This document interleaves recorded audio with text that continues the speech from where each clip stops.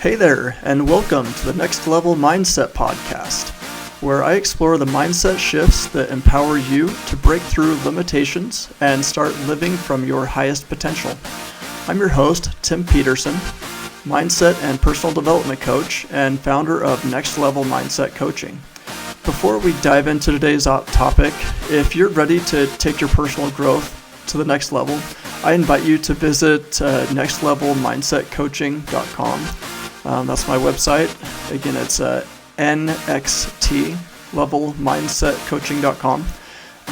Whether you're struggling with self-doubt, mindset blocks, or just feeling stuck, there's coaching, tools, and free resources there to help you get unstuck and thrive.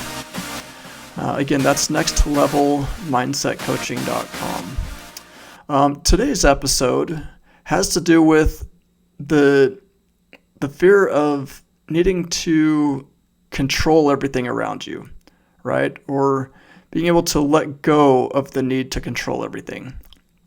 Let's start with a question here. Have you ever felt like things around you are spiraling, and your first instinct was to try to grab onto something, anything, just to keep it all from falling apart? Well, that right there is the fear of losing control. And it's more common than you think. People of all ages and backgrounds experience this, especially those who have dealt with anxiety or perfectionism or past trauma. You know, they try to control schedules or other people's behavior, outcomes, environments, even how others perceive them. Why? Because deep down, control makes us feel safe. And the desire to control is rooted in survival psychology. When things feel uncertain, our brains go into overdrive, trying to create predictability. Control tends to give people a sense of certainty, a feeling of power, a way to avoid being caught off guard, even protection from failure or embarrassment or emotional pain. And I'm sure, you or someone you know has gone through this or are going through this. They have the fear of losing control. But here's the paradox. The more we try to control everything, the more out of control we often feel. Just think about that. And why is it? It's because life by nature is unpredictable, and people make their own choices. Situations shift. Outcomes don't always go as planned. I'm sure you've heard the phrase that the most predictable thing or the most consistent thing is change. It's happening all the time. Whether you like it or not and want to accept it or not, things are always changing. Let's talk about what the need for control really costs us. So, for example, you've got stress, feelings of stress and anxiety. That's usually as a result of constantly overanalyzing or anticipating or trying to fix things. So if you tend to feel feelings of stress and anxiety, just think about that. See, how frequently you're overanalyzing things, or how frequently you're trying to anticipate everything or trying to fix things. Another is strained relationships. Possibly when someone tries to control others, it might damage trust and connections. How about perfectionism and procrastination? This might result from, trying to avoid action unless conditions feel perfectly in your control. Does that sound familiar to anybody? Perfectionism and procrastination, avoiding action unless conditions feel just right and that you're in control of it. How about burnout? When someone tries to carry the weight of the world on their shoulders.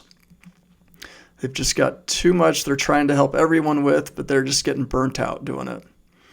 How about the fear of failure? Does that sound familiar to anybody? The fear of failure. It might equate to mistakes or uncertainty with personal weaknesses. So, fear of failure, someone might be afraid to even try just because they don't want to fail, and they see failure as a reflection on their own personal worth, maybe. And that's obviously not the case. But worst of all, it can hold you back from real peace and authentic growth. But here's a truth for you that shifted everything, or has and can shift everything for someone. When you can't control everything, but you can control how you respond to everything. So let's make this practical.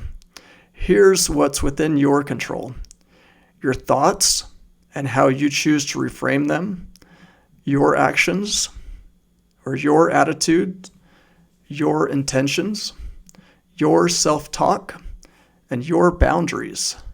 So these are all things that you can control, that someone can control, even when they can't control external things or the situation that they're in.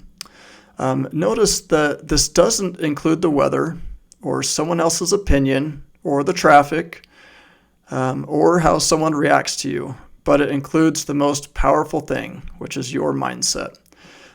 So keep that in mind again next time you're in traffic. You cannot control the traffic, right? You can't control, what happened if someone made decisions that caused accidents and slowed you down on your commute. You can't control the traffic, but you can control how you react in that situation. That's what makes personal development so powerful. It puts the focus back on where your real power lives, which is inside of you. Letting go of control isn't about giving up, but it's about trusting yourself to handle life as it comes.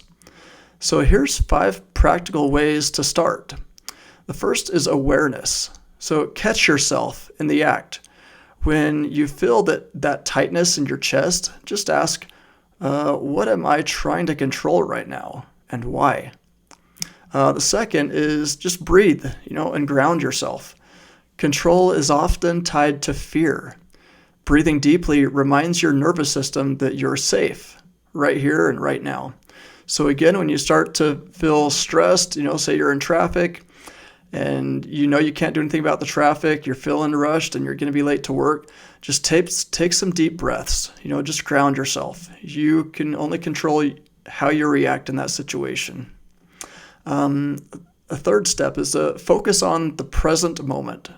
Control often lives in the future, so worrying about what might happen. Return to what's right in front of you.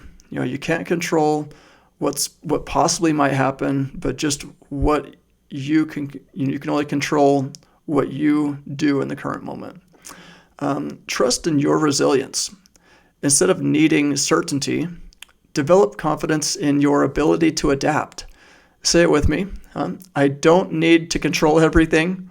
I trust myself to respond with strength. So just keep that in mind. Trust in your resilience. And then the 5th step is to practice acceptance. Acceptance, it's not giving up, but it's seeing things clearly and choosing peace over panic. Accept the moment, then take empowered actions.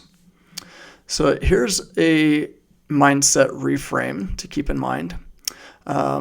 Just think to yourself, I focus on controlling what I can and releasing what I can't. My peace is not tied to perfection.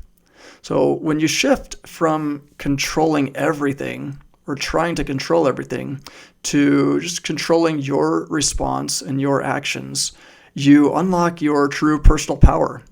And this is what I like to share in coaching practices. So how to move from fear-driven control to faith-driven confidence. Let go of the illusion that you can micromanage your way to happiness. You can't. But you can become someone who remains grounded, resilient, and confident, even when things don't go according to plan.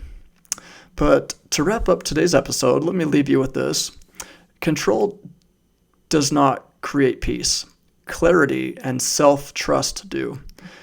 Next time you find yourself needing to manage everything around you, just take a breath. Remind yourself of what you can influence, and then release the rest. Again, if this message hit home for you, or you're ready to let go of stress and overthinking and the pressure to control every outcome, I'd love to help you out. So again, visit nextlevelmindsetcoaching.com. That's nxtlevelmindsetcoaching.com to book a discovery call with me.